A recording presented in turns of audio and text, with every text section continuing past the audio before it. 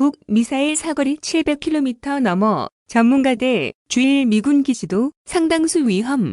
북한이 11일 발사한 극초음속 미사일 추정, 탄도미사일은 최대 속도 등 각종 성능에서 북한이 지난해 9월 이후 발사한 극초음속 미사일 중 가장 기술적으로 진전된 것으로 평가된다.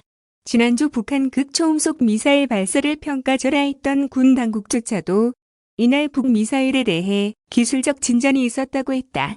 지난 5일 발사된 미사일에 비해 속도는 마하 6, 음속의 6배에서 마하 10으로 거리는 700km 미만에서 700km 이상으로 향상됐다.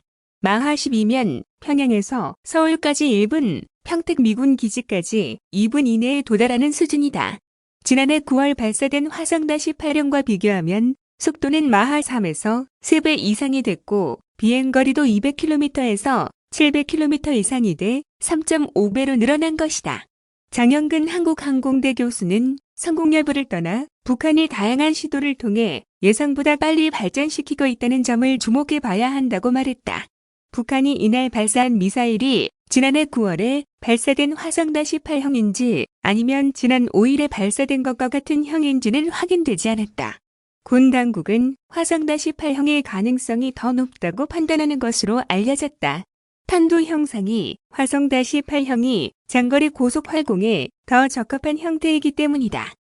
군 당국이 밝힌 마하 10은 최대 속도로 발사 직후 속도인지 탄도 활공 비행 시 속도인지는 확인되지 않았다. 탄도 활공 비행 최대 속도가 마하 10이었다면 중국이 2019년 이후 실전 배치 중인 둥펑 DF-17 극초음속 미사일과 같은 수준이다. DF-17은 최대 1800에서 2500km 떨어진 미군 기지나 항공모함 등을 타격할 수 있다. 러시아 실전 배치 중인 아방가르드 극초음속 ICBM 대륙간 탄도미사일 탄도의 최대 속도는 마하 20이다. 북미사일이 실제로 마하 10 안팎의 초고속으로 극초음속 활공 비행에 성공했다면 기존 한미일 미사일 방어망은 탐지도 어렵고 요격은 사실상 불가능하게 된다. 미국은 러시아, 중국에 앞서가는 극초음속 미사일에 대비해 초소형 군지 비성, 탐지용, SM-6 등 요격 미사일을 발전시키고 있다.